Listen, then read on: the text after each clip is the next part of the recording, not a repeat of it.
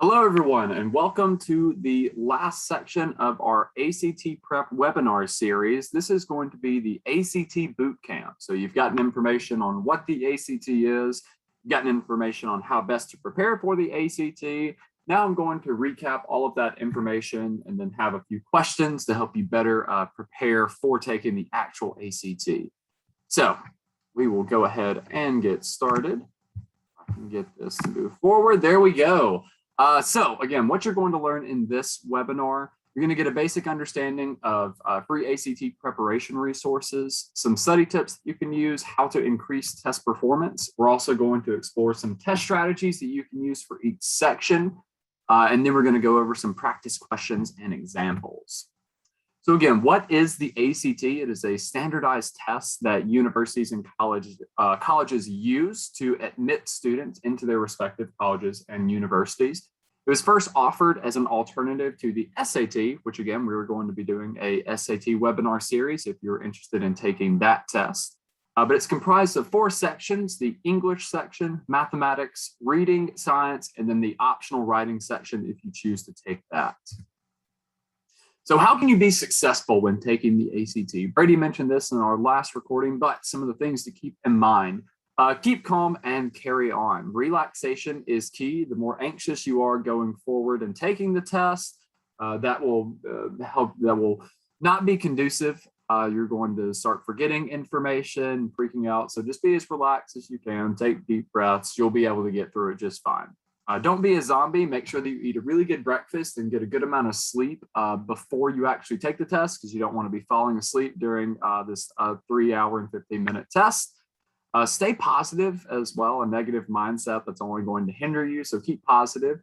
Practice, and we're going to hit on that quite a bit. You need to practice as much as you possibly can. Guess intelligently and with purpose. So we're going to touch on process of elimination and things like that. So just make sure that you're utilizing that.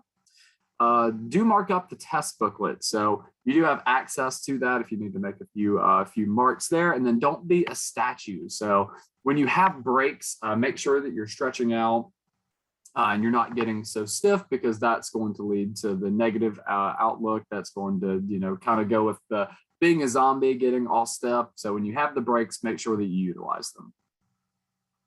So how are you to prepare for the ACT? So again, knowing the format of this is going to work in your favor to get a high score on the exam. But along with that, taking as many practice tests as you possibly can. While doing that, you also need to learn the content, not just for the ACT, but moving forward. The ACT is going to touch on many of the things that you will learn within your college courses. So it's a good idea to just learn the content, because you're going to have to use it again someday. Again, take advantage of online resources. We've provided a plethora of information, and I'll touch on that a little bit at the very end of this presentation. Remember what you've review what you've remembered from different standardized tests. So the ones that you've taken in the past, make sure that you're utilizing that. Don't try to cram information. It's too long of a test to try and cram a few days beforehand. So you need to start at least a few months in advance if you're looking to get a really good score on the ACT. And then set aside a designated time to review and study. So planning that out, that's only going to help you when preparing. So how much should you study? This differs depending on the individual. So some professionals will say you have to practice like every day, several weeks. You just have to be locked into it. And then others say that you can just take a certain number of practice tests, but really it's, how you study best and how to best prepare. So utilize the understanding that you have of yourself and how you study, and then use that when taking the ACT. So 2 things pretty clear. Whatever method you come up with for studying, be consistent in that. Don't try to do different ones, because then that might throw you off when you actually get to the test.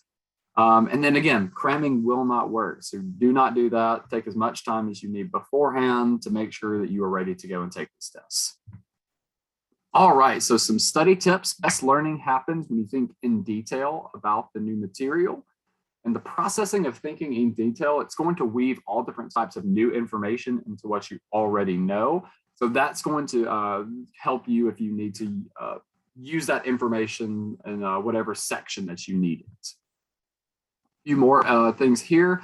Space out your breaks. So when you're actually doing the practice test, you should take a break to let that information sink in and then go back and do some more practice. You'll need to take frequent breaks because most people tend not to focus for that long. It's about 20 minutes on any given subject. So once you've hit that point where you know that you're hitting that wall, take a break, stand up, shake it out a little bit, and then go back into your next practice session with renewed vigor, if you will. So do a lot and read a little. So Brady mentioned this in the past section as well, but people who are best at studying, they're going to use this technique. So they're going to read a few questions. They're going to read the answers that are associated with those. If they got the question wrong, they're going to study that answer really close. If they understand it, then good. You're good to go there. You might do some basic review. But if you understand it, then you're good to go. If you don't understand the question, then read an explanation about how to answer the question so you can know how to move forward better. And then once you understand the explanation, do it over again and make sure that you know precisely how to answer that question moving forward.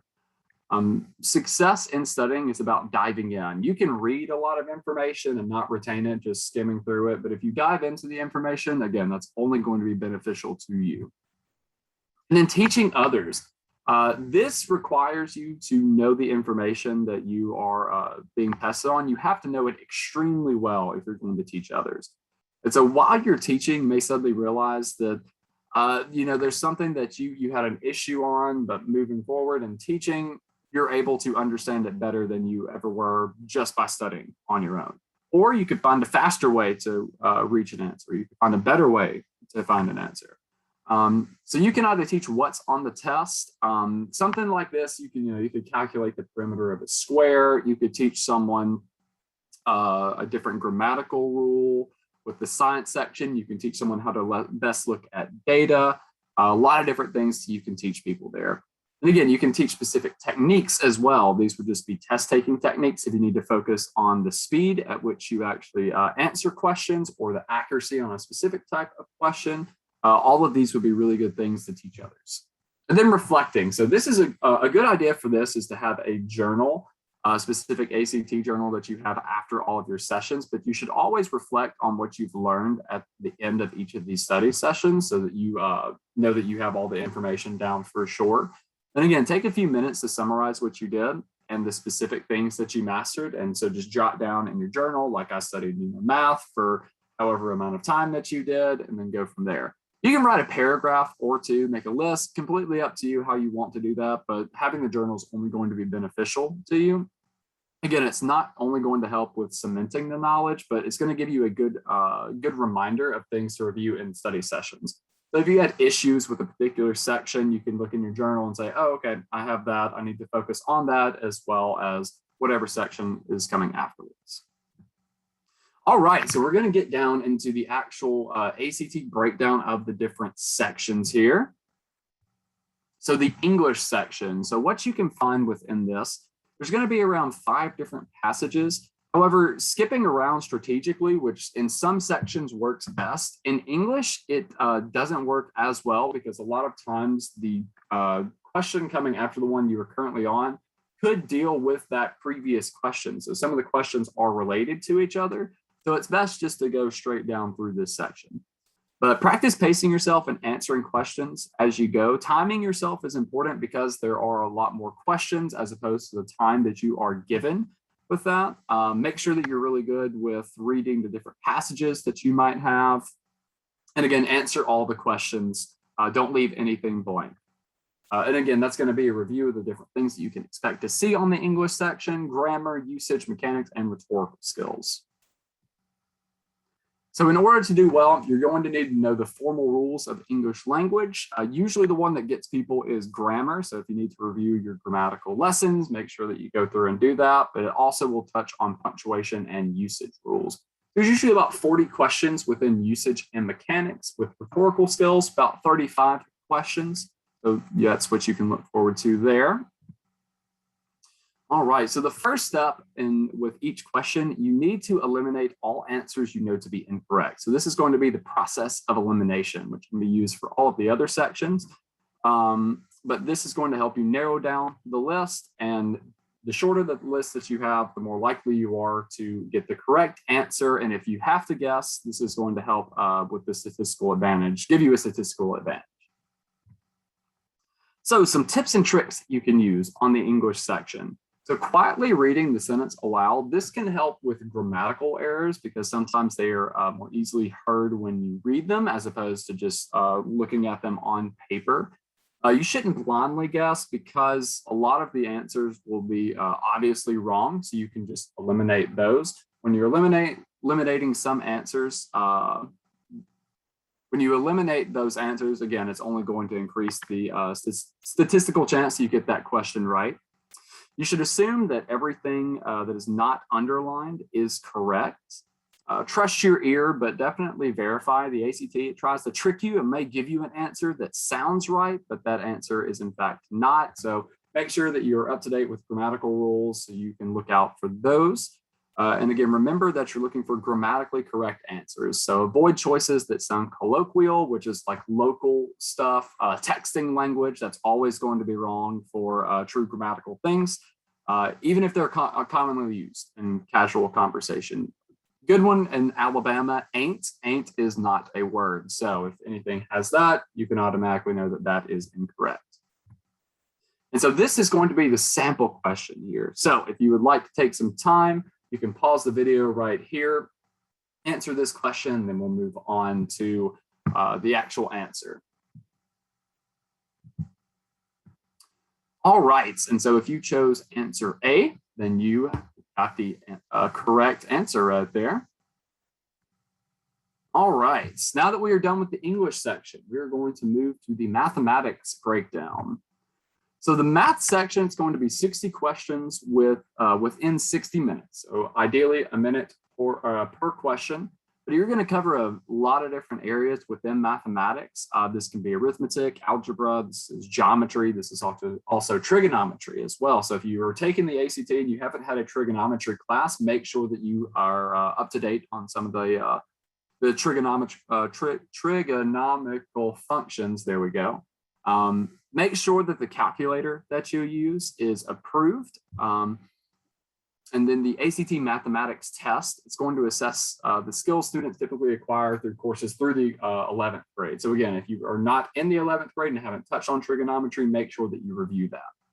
And again, the content that you can expect to see with the math section, pre-algebra, elementary algebra, intermediate algebra. So definitely make sure that you're good to go with algebra.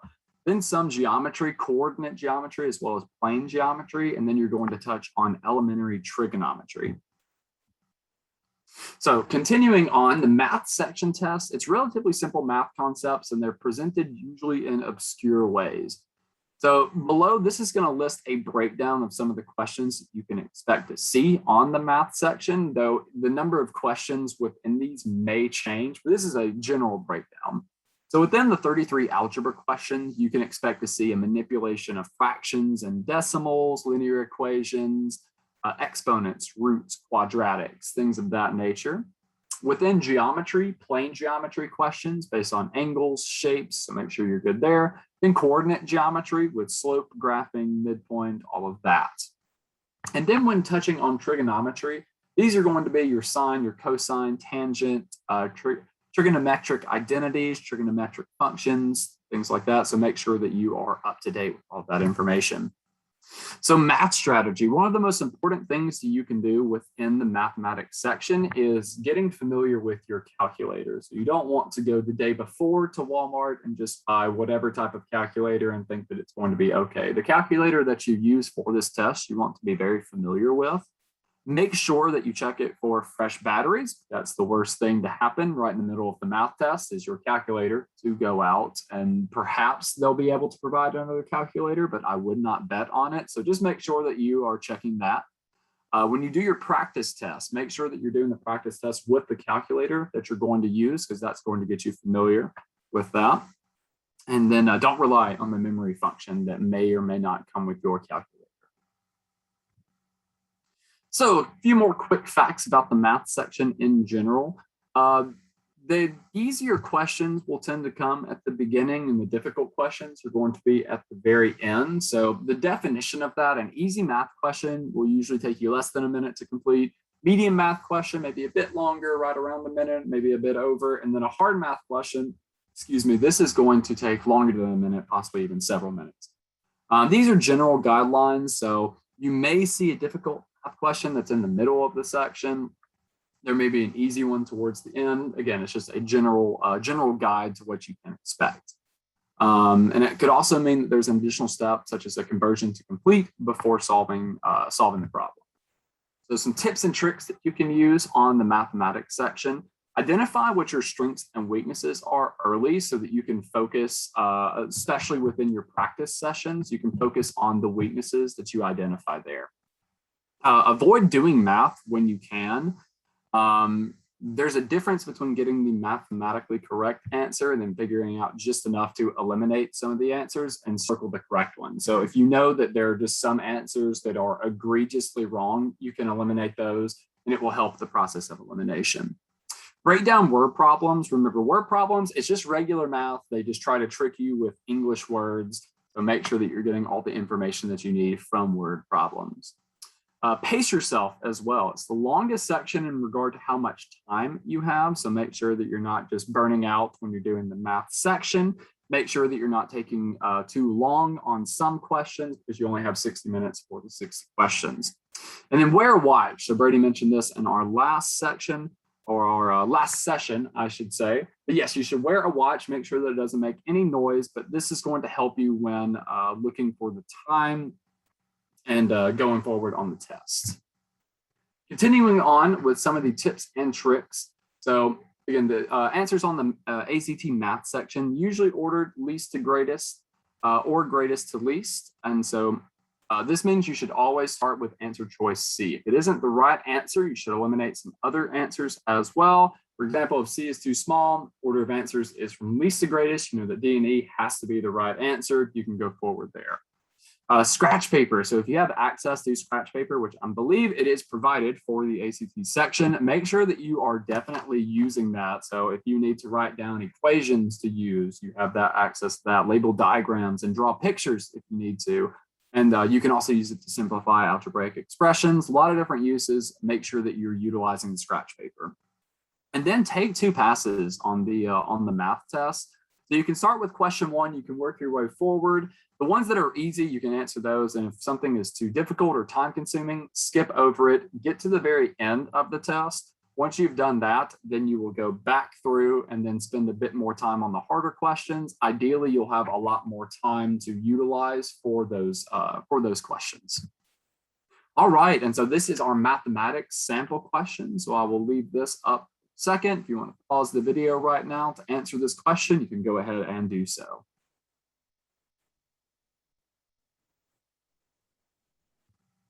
All right, and if you came up with answer D, then you got that question correct. All right, moving right along to the reading section that is associated with the ACT. So this is going to be 40 multiple choice questions. It's going to be based on 4 written passages, but it must be completed within 35 minutes. The passages are typically going to be your nonfiction humanities, social sciences, the natural science subjects, and there's going to be 1 fictional passage as well. The content of the reading section is strictly reading comprehension. So make sure that you are up to date with all of your the reading rules and things that go along, things of that nature. So again, 4 types of reading passages. They always come in this order: prose fiction or literary narrative, social science, humanities, and then natural science. Prose fiction and literary narrative, they're usually going to be the most time consuming. So if you know that reading is one of the sections where you're a bit iffy, you may want to save those for last, answer the other ones, and then go back and answer those. So read each passage as many times as necessary. And again, use the process of elimination to narrow down possible answer choices. A lot of times when you're reading, depending on the question that you see, you can do this while you're actually doing the reading. But make sure that you're reading the questions very carefully if you're going to do that. You can take about 9 minutes for each passage just to make sure you have a really good idea of the information that is within that passage. And practice is really going to help in this, and wearing a watch within that practice so you can check on your time. Few tips and tricks that go within the reading section. So reading the blurb, each passage is usually going to give you a little bit of information on the details of what you're about to read. It's a few short lines right before the passages. A lot of students will skip it, but this is usually very helpful, especially when looking at the main idea of the passage. So make sure that you're reading all the information and reading the directions that go with that. Search for the main idea. So most of the questions, in fact, I can almost guarantee on the ACT that there will be a question within the reading section that asks you to identify the passage's main idea. So make sure that you find the main idea so you just know that you have that information when you need it. Circle keywords as well. So when you're answering questions that want you to identify like factual information without giving line references, using identifying a keyword or a phrase that can help you go back to the actual test and then answer that question from there. Then cover and predict. So this is another strategy for actively searching for the correct answer, but you physically cover up the answer choices when you read the question, and you can answer on your own before reviewing the answer choices. So if you know, like through the reading, then you get the question correct through your own mind, and then go back, you see the answer there, you know that you've got the correct answer choice. Speed reading. So some students will try to do some speed reading, and you have to be very careful with this, especially if you're not used to speed reading, because you can skip some information. However, you know that reading is one of your specialties. You can utilize this. This is especially useful when you're about to run out of time, perhaps, within this section. But what you'll do, you'll read the first paragraph, you'll read the last paragraph, and then you'll read the first sentence of each of the middle paragraphs. By doing this, you're going to get a general idea of what the passage is about, but that is something that you have access to if you choose to utilize it. All right, so this is going to be our sample question for the reading section. If you would like to pause the video right here to answer that, you can go ahead and do so. All right, and if you chose answer D, then you got that choice correct. All right, one of our final sections for the ACT breakdown, we're going to go over the science section. So the science section is going to be 40 multiple choice questions, and you're going to have multiple passages there, but you have to complete it within 35 minutes, same as the reading section. What you're going to be tested on here is going to be related to earth science, to physical science, the biology, and things of that nature. Within the content area, interpretation, data analysis, evaluation, reasoning, and problem solving. So make sure that you are up to date with all of those areas. So some strategies that you can use within the science section. It's going to have a lot of science-related material, but reading comprehension is going to be very important here because you don't need to focus too much on the science terminology. It's not really a science test. It's reading comprehension to show that you're showing that you can read data and then get information from data that is given.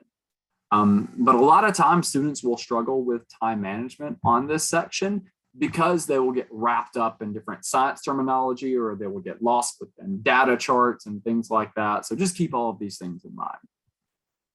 Some tips and tricks that you can use on the science test. So read the data representation passages first. So you're going to see 3 different types of passages here. You're going to have data representation, conflicting viewpoints, and research summaries. Make sure that you're reading all of that. Pay attention to the numbers. Again, though it's not a mathematics test, you'll still be expected to work somewhat with numbers because science and math are closely related. Use shorthand notes and conflicting viewpoints passages. So you'll summarize each of the scientists' basic ideas. You can make a list of key components of each, and then you'll be able to answer the conflicting viewpoints depending on the question that is asked. Don't waste your time reading the entire passage. If you run into data or results that you don't understand, skip over that. Try to focus on the reading comprehension. And again, don't get caught up in the fancy scientific jargon. Put the questions and answers into your own words. And this is going to be our sample question for the science portion. If you want to pause the video right here to answer this, you can certainly do that, or read this, I should say.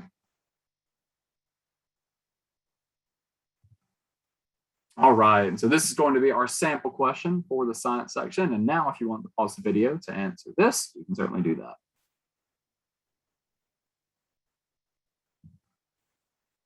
All right, and B was the correct answer for that. So if you got B, you got that question correct.